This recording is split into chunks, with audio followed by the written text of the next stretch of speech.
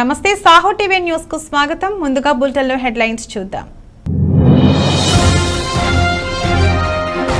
రాబోయే రోజుల్లో కాబోయే లీడర్లు వాలంటీర్లే అని తెలిపిన ఏపీ సీఎం. నా సైన్యం 2,60,000 మంది వాలంటీర్లే అన్న వైఎస్ జగన్.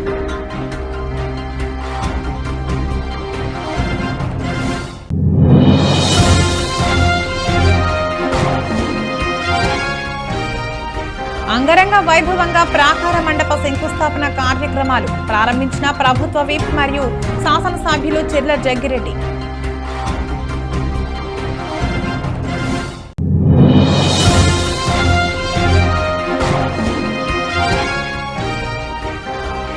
పుల్వామా ఉగ్రదాడిలో అమరులైన జవాన్లకు విశాఖ సాగర తీరంలో ఘనంగా నివాళి అర్పించిన బీజేపీ శ్రేణులు.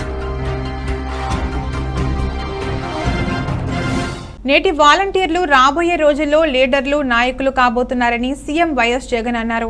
ఫిరంగిపురం మండలం రేవూడిలో వాలంటీర్ల అభినందన కార్యక్రమంలో ఆయన పాల్గొని ప్రసంగించారు. 2,60,000 మంది వాలంటీర్లు తన సైన్యంగా జగన్ అభివర్ణించారు. 58 నెలలు అలసిపోకుండా ప్రజలకు సేవ చేశామని చెప్పారు. లంచం లేని వ్యవస్థను అందించడమే వాలంటీర్ల నియామకమని జగన్ తెలిపారు. లంచాలు, వివక్ష వ్యవస్థను వాలంటీర్లు బదులు కొట్టారన్నారు. మీ నిజాయితీని గుర్తిస్తూ 4 ఏళ్లుగా బహుమతులు ఇస్తున్నామన్నారు.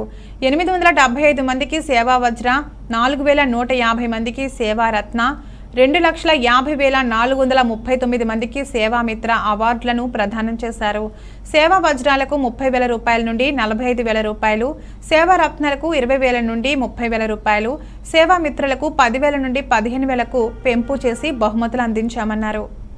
రాబోయే తరం ఇక పేదరికం సంఖ్యలు తెంచుకోవాలి అని తపన, తాపత్రయంతో మనం తీసుకువస్తా ఉన్న విప్లవాత్మక పథకాలన్నీ కూడా ₹1 కూడా ఎక్కడా కూడా లంచం తీసుకోకుండా,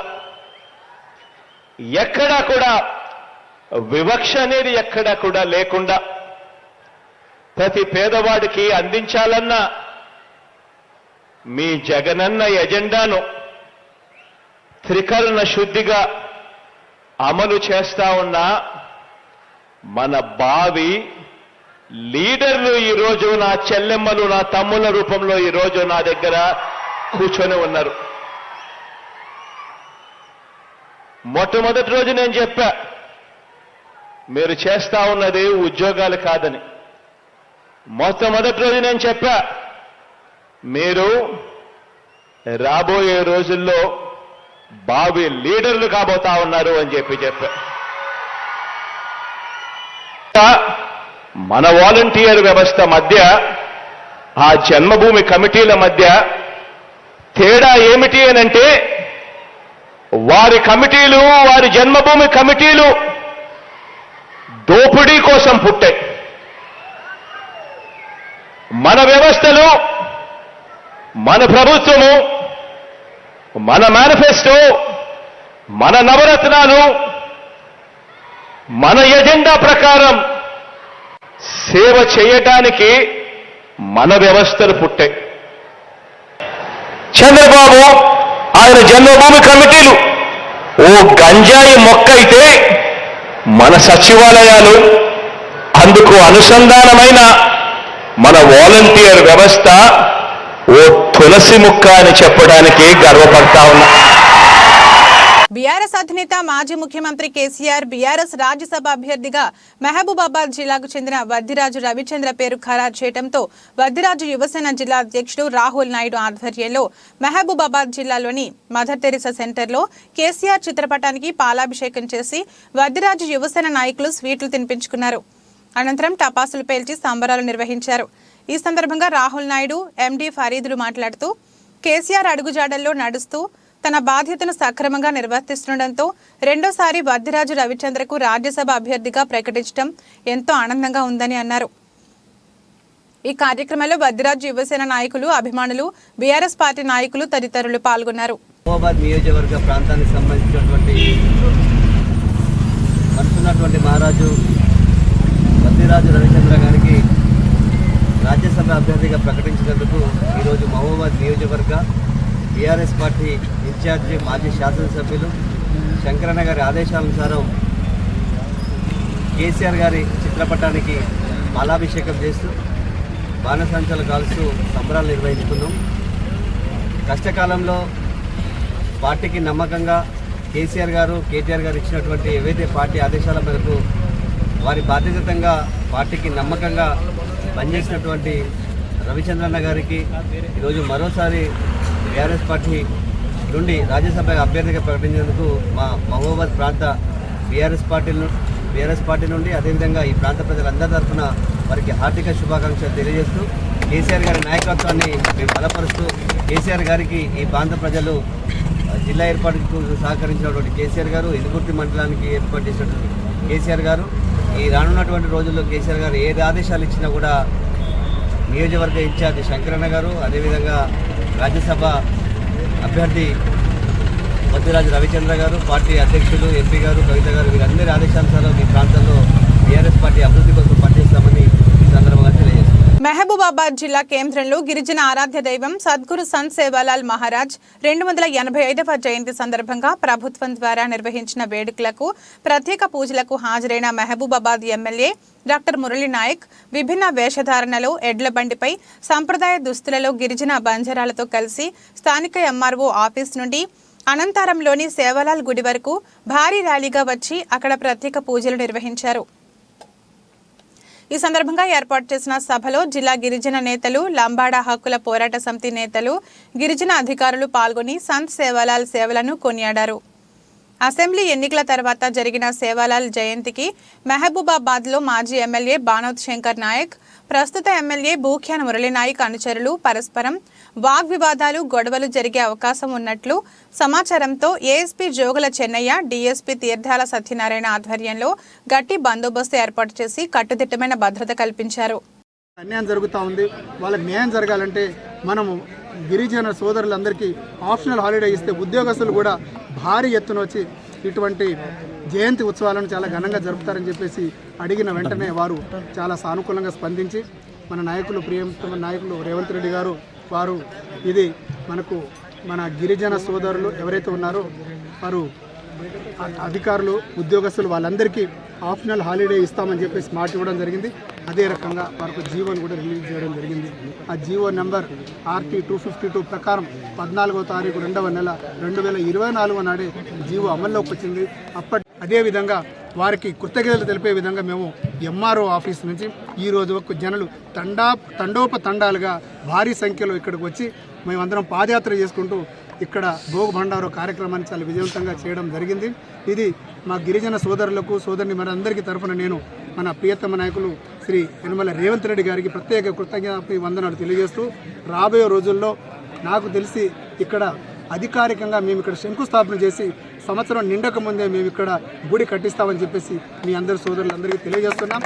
అదేవిధంగా ఈరోజు పిలిచిన వెంటనే అధికారులందరూ చాలా సానుకూలంగా స్పందించి ఈ కార్యక్రమాన్ని విజయవంతం చేసినందుకు వారికి అందరికీ ప్రత్యేక ధన్యవాదాలు. జై సేవాలాల్. మహబూబాబాద్ మాజీ ఎమ్మెల్యే శంకర్ నాయక్ గిరిజన నేతలతో కలిసి ఏర్పాటు చేసిన విలేకరుల సమావేశంలో మాట్లాడుతూ మహబూబాబాద్ సేవాలాల్ జయంతి సందర్భంగా ప్రస్తుత ఎమ్మెల్యే భూక్య మురళీ నాయక్ స్టేజ్ పై మాట్లాడుతూ మాజీ ఎమ్మెల్యే అయిన తనపై బానోత్ శంకర్ నాయక్ పేరుపై నడుస్తున్న సూర్యచంద్ర ట్రస్ట్ ఆధ్వర్యంలో ఇంతవరకు సేవాలాల్ గుడి నిర్మాణం జరగలేదు అని, త్వరలో ఇక్కడ గుడి నిర్మాణానికి తానే శంకుస్థాపన చేశానని అన్నారని, దీనిని ఖండిస్తున్నారని, సూర్యచంద్ర ట్రస్ట్ అనేది తన సొంత ప్రైవేట్ స్వచ్ఛంద సంస్థ అని, ఇక్కడ నేను నా కష్టార్జితంతో నిర్మించుకున్న ఈ గుడిని ట్రస్ట్ భవనాన్ని ఎవరూ అడ్డుకోలేరని, తాను సేవాలాల్ గుడిని నిర్మించి జాతికి అంకితం చేస్తానని అందరి సమక్షంలో చెప్పానని, అయినా ఎమ్మెల్యే మురళీ నాయక్ అలాంటి మాటలు మాట్లాడటం దురదృష్టకరమని అన్నారు.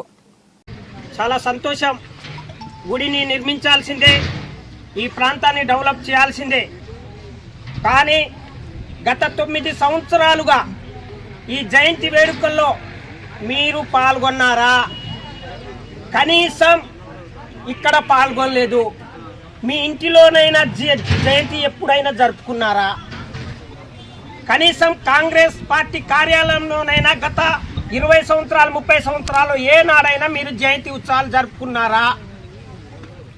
మేము నిరుద్యోగులుగా ఉండి ప్రజా సమస్యల మీద పోరాడుతూనే ఈ జాతి సమస్యల్ని కొనియాడాలి తప్ప ఎవరో కట్టిన ఇంట్లో పోయి నేను నైట్ దొంగతనంగా పోయి డోర్ తీసుకొని నేనే ఇది చేసుకుంటా ఆక్రమించుకుంటా అన్నట్టుగా అది కరెక్ట్ కాదనిపిస్తుంది.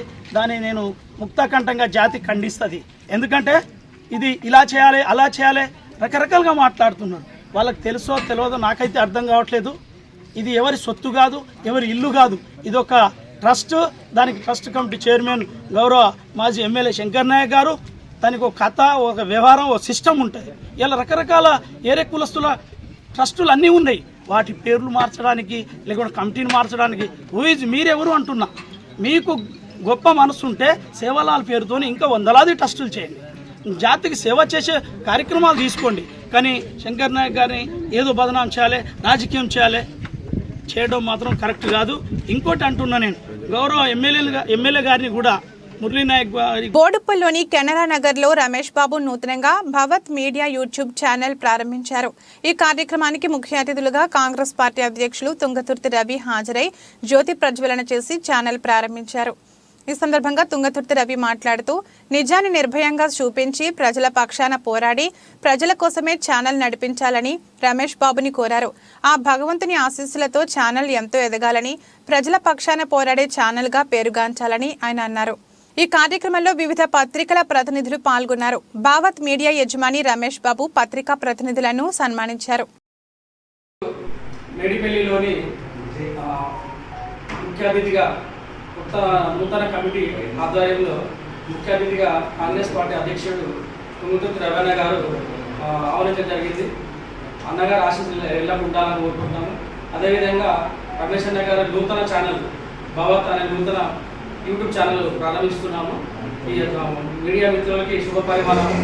ఎందుకంటే మన లోకల్లో ఉన్న కార్పొరేటర్స్ కానీ మేయర్స్ కానీ చాలా ఆలోచనలు జరుగుతున్నాయి కాబట్టి తెలుపుతూ ఈరోజు భవత్ మీడియా యూట్యూబ్ ఛానల్ రమేష్ అన్న ఛానల్ ఈరోజు శుభ సందర్భం కాబట్టి ఈరోజు లాంచ్ చేయడం అన్న చేతుల మీదుగా రవణ చేతుల మీద లాంచ్ చేయడం జరిగింది. మా మీడియా మిత్రులం అందరం కలిసి నిజాలుగూడ మేడిపల్లి మండలం మీడియా మిత్రులం అందరం ఒక క్లబ్ లాగా ఏర్పడి ఈ ఆఫీసును లాంచ్ చేసుకోవడం జరిగింది. మీ అందరి సహకారాలు ఉండాలని నేను కూడా ఆంధ్రప్రదేశ్ ప్రభుత్వ దేవాదాయ ధర్మాదాయ శాఖ CGF నిధులు 1,60,00,000 రూపాయలతో నవీకరించిన కొత్తపేట మండలం వానపల్లి శ్రీ శ్రీ శ్రీ పల్లాలమ్మ అమ్మవారి ఆలయ రాజగోపురం మరియు ముఖ మండపాల ప్రారంభోత్సవ ప్రాకార మండప శంకుస్థాపన కార్యక్రమాలు అంగరంగ వైభవంగా జరిగాయి. కార్యక్రమంలో ప్రభుత్వ సలహాదారులు నేమాని భాస్కర్ రామంతో కలిసి ప్రభుత్వ విప్ మరియు శాసనసభ్యులు చిర్ల జగ్గిరెడ్డి ప్రారంభించారు. ఈ సందర్భంగా చిర్ల జగ్గిరెడ్డి మాట్లాడుతూ నియోజకవర్గంలో వైఎస్ఆర్ కాంగ్రెస్ పార్టీ ప్రభుత్వంలో ముఖ్యమంత్రి జగన్మోహన్ రెడ్డి సారథ్యంలో ఆలయాల అభివృద్ధికి పెద్దపీట వేస్తున్నారని, CGF గ్రాంట్ ద్వారా నియోజకవర్గంలోని చింతలూరు నూకాంబిక అమ్మవారి ఆలయ నిర్మాణానికి 1,60,00,000 కోట్ల రూపాయలతో కోనసీమ తిరుమల వాడపల్లి శ్రీ వెంకటేశ్వర స్వామి ఆలయ రూపురేఖలు సమూలంగా మార్చివేయడం జరిగిందని, పులిదిండి మీసాల వేణుగోపాల స్వామి ఆలయ నిర్మాణానికి 75 లక్షల రూపాయలు, వాడపాలెం మారెమ్మ అమ్మవారి దేవాలయ నిర్మాణానికి 1,35 లక్షల రూపాయలు, గోపాలపురం శైవ వైష్ణవ ఆలయాలకు 1,25 లక్షల రూపాయలు, తిరుమల శ్రీవాణి ట్రస్ట్ నుండి 47 దేవాలయాలకు 4,70 లక్షల రూపాయలు నిధులు మంజూరు చేయించుకుని దేవాలయాల అభివృద్ధికి కృషి చేస్తున్నామని తెలియజేశారు. ఈ కార్యక్రమంలో ఆలయ ధర్మకర్తల మండలి అర్చకులు తదితరులు పాల్గొన్నారు.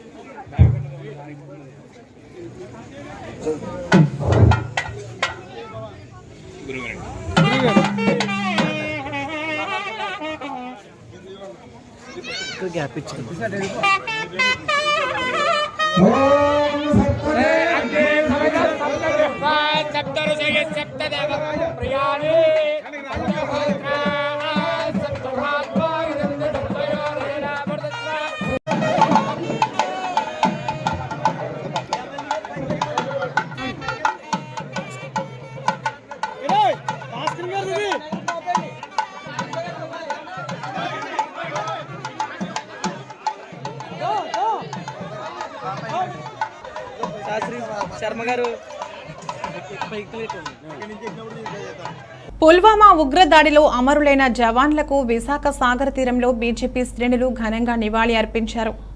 మరణించిన జవాన్లను గుర్తు చేసుకుంటూ మన దేశం కోసం వారి త్యాగం ఎప్పటికీ గుర్తుండిపోతుందని నినదించారు. 2019లో జరిగిన ఘోరమైన ఆత్మాహుతి దాడిలో పాకిస్తాన్తో సంబంధం ఉన్న ఉగ్రవాదులు పేలుడు పదార్థాలతో కూడిన వాహనాన్ని వారి కాన్వాయ్లోకి ఢీకొట్టడంతో 40 మంది భారత భద్రతా సిబ్బంది మరణించారు. ఈ దాడిలో ప్రాణాలు కోల్పోయిన జవాన్లకు నివాళి అర్పించి వారి త్యాగ ఫలితాలను స్మరించుకున్నారు. ఫిబ్రవరి 14 సరిగ్గా 5 సంవత్సరాల క్రితం 2019 ఫిబ్రవరి 14న ఒక దారుణమైనటువంటి దాడి భారత సైనికులపై జరిగింది.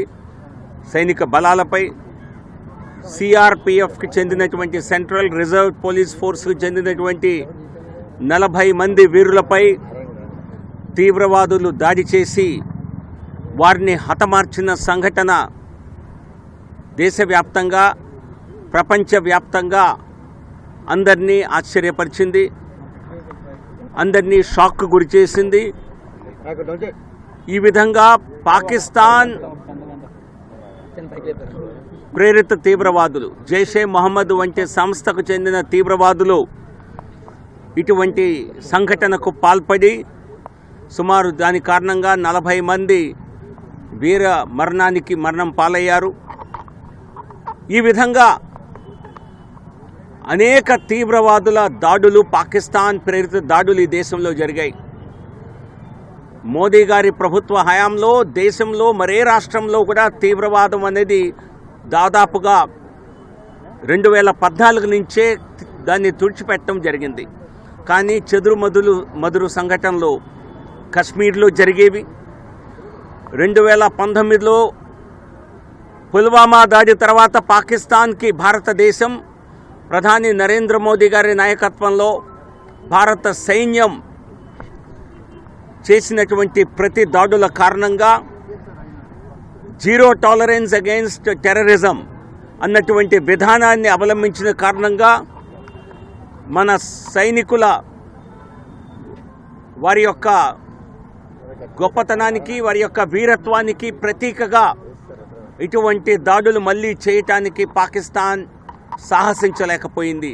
అటువంటి 40 మంది జవాన్లు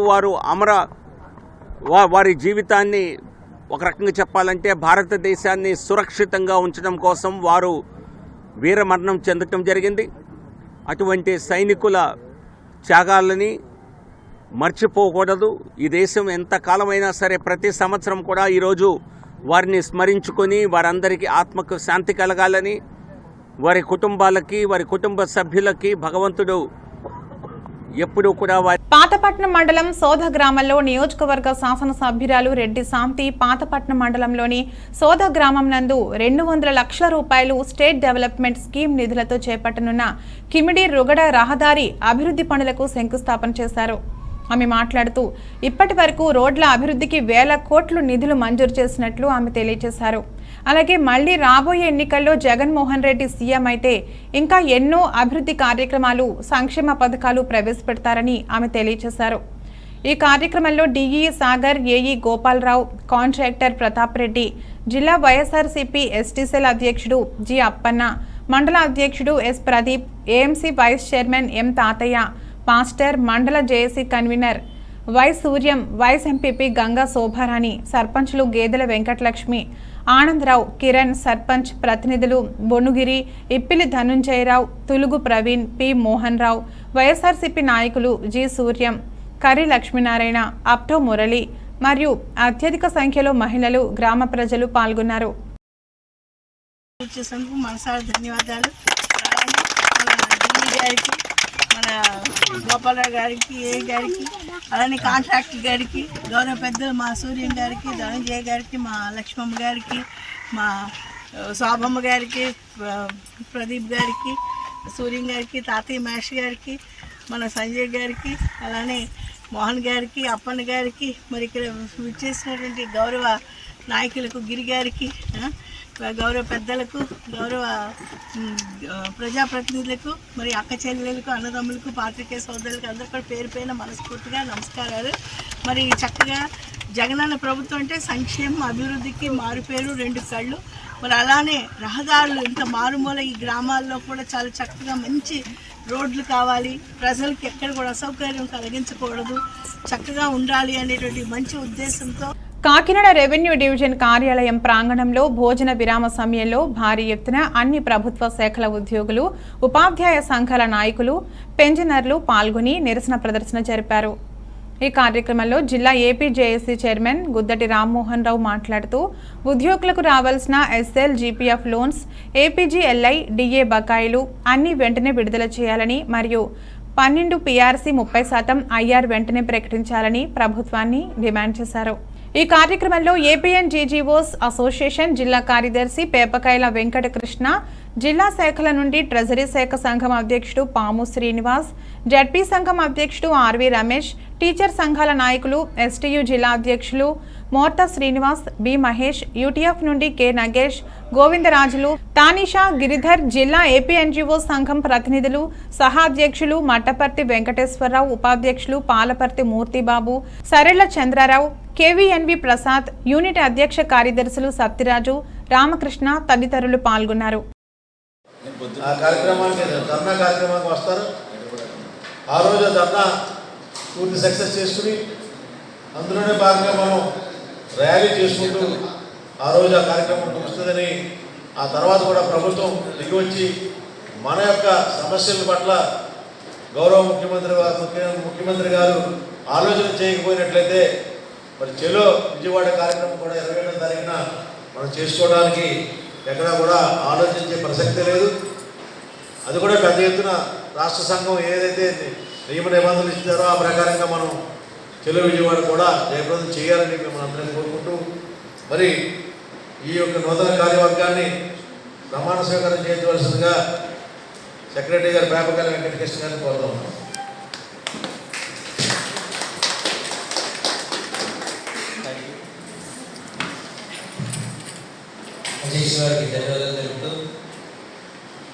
కోఆపరేటివ్ సొసైటీస్ చట్టం ప్రకారం ఉన్న విశాఖ డైరీని కంపెనీల ద్వారా మార్చి కోట్లాది రూపాయలను ఆడారి ఆనంద్ మార్చారని టీడీపీ లీగల్ సెల్ ప్రధాన కార్యదర్శి గిరిధర్ అన్నారు. రైతులకు చెందిన కోట్లాది రూపాయలు మనీ లాండరింగ్ కు పాల్పడ్డారని, బ్లాక్ మనీ అంతా మళ్లీ ప్రజలకు ఖర్చు పెట్టి రాజకీయాల్లో లాభపడ్డారని అన్నారు. గత ప్రభుత్వం రైతుల సంక్షేమం కోసం కృషి చేస్తుందని చెప్పారు. పార్లమెంటరీ లీగల్ సెల్ జనరల్ సెక్రటరీని ఈ రోజు ప్రభుత్వం ఏదైతే తెలుగుదేశం పార్టీ ప్రభుత్వం మొట్టమొదటిసారిగా ఆంధ్రప్రదేశ్లో ప్రతి రైతు కూడా కార్పొరేట్ సెక్టార్ ఎలా ఉంటుందో ఆ రకంగా పూర్తి స్థాయిలో భాగస్వామ్యం ఉండాలి. వాళ్ళు ఖచ్చితంగా రైతే రాజు, అలాగే రైతు కూడా ఒక కార్పొరేట్ శక్తిగా ఎదగాలన్న ఉద్దేశంతో ఒక చక్కని ఏర్పాటు చేసి కోఆపరేటివ్ సొసైటీస్కి కావలసినటువంటి కొన్ని ఏవైతే అమెండ్మెంట్స్ ఉన్నాయో వాటిలన్నింటినీ చేసి ఒక చక్కని ఏర్పాటు చేశారండి. ఇలాంటి ప్రజలందరూ కూడా అంటే రైతులైతే రైతులు, పాడి రైతులైతే పాడి రైతులు అందరూ కూడా దాంట్లో భాగస్వాములు అయ్యే రకంగా ఏదైతే ఒకటి ప్రోగ్రామ్ చేయబడిందో ఆ చట్టంలో నుంచి ఆ పరిధిలో నుంచి డబ్బు చేసుకున్న తర్వాత ప్రజలనందరినీ మోసం చేసి వాళ్ళకి లెక్కలు తెలియకుండా చేసి ప్రజలు ఉంటే రేపు పొద్దున్న ప్రశ్నిస్తారు, వాళ్ళలో ఒకడైనా నాయకులు బయటకు వస్తారు కాబట్టి వాళ్ళనందరినీ తప్పించి చట్టం ప్రకారం ఈ డబ్బుని ఎలా నల్లధనం చేసుకోవచ్చు అనేటువంటిది చక్కగా ఈ రోజు కార్పొరేట్ స్టైల్లోకి, అంటే మినిస్ట్రీ ఆఫ్ కార్పొరేట్ అఫైర్స్ ప్రకారం రిజిస్టర్ ఆఫ్ కంపెనీస్ లో రిజిస్టర్డ్ కంపెనీస్ తయారు చేసుకొని ఈ రోజు ఏవైతే వాలంటరీ ఆర్గనైజేషన్స్ కింద ఉన్నాయో, ఏవైతే నాట్ టు ప్రాఫిట్ ఆర్గనైజేషన్స్ కింద ఉన్నాయో, ఏవైతే కోఆపరేటివ్ సొసైటీస్ కింద ఉన్నాయో, ఈ సెక్టార్లో ఉన్నటువంటి అన్నింటినీ కూడా కంపెనీల కింద మార్చుకొని వాటి ద్వారా కోట్లాది వీటీపీఎస్ బూడిద కాలుష్యం వల్ల ప్రజలు ఎంతో అనారోగ్యం పాలవుతున్నారని, తక్షణమే కాలుష్యాన్ని నియంత్రించాలని ప్రజా ఉద్యమం ద్వారా ఈ రోజు ఎన్టీఆర్ జిల్లా మైలవరం నియోజకవర్గం ఇబ్రహీంపట్నం సర్కిల్ సమీపాన ఉన్న ముత్తవరపు వెంకటేశ్వరరావు ఫంక్షన్ హాల్ నందు భారీ ఎత్తున జరుగుతున్న సభకు ఇబ్రహీంపట్నం పరిసర ప్రాంతాల నుండి వచ్చిన విద్యార్థులు, యువత, పార్టీ నాయకులు, పెద్దలు, వక్తలు నినాదాలతో ముంచెత్తారు.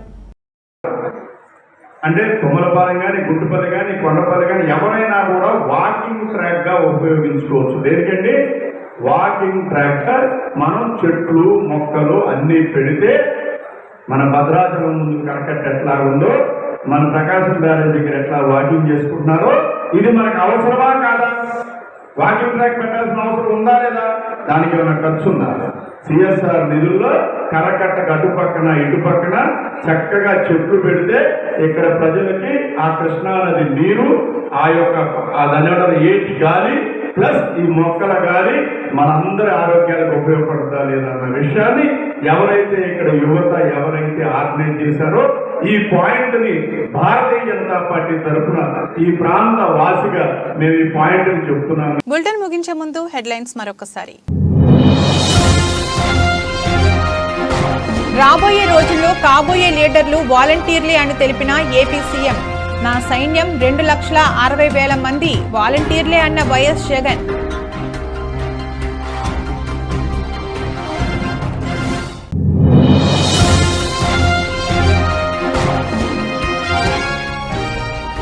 అంగరంగ వైభవంగా ప్రాకార మండప శంకుస్థాపన కార్యక్రమాలు ప్రారంభించిన ప్రభుత్వ విప్ మరియు శాసనసభ్యులు చెర్ల జగ్గిరెడ్డి.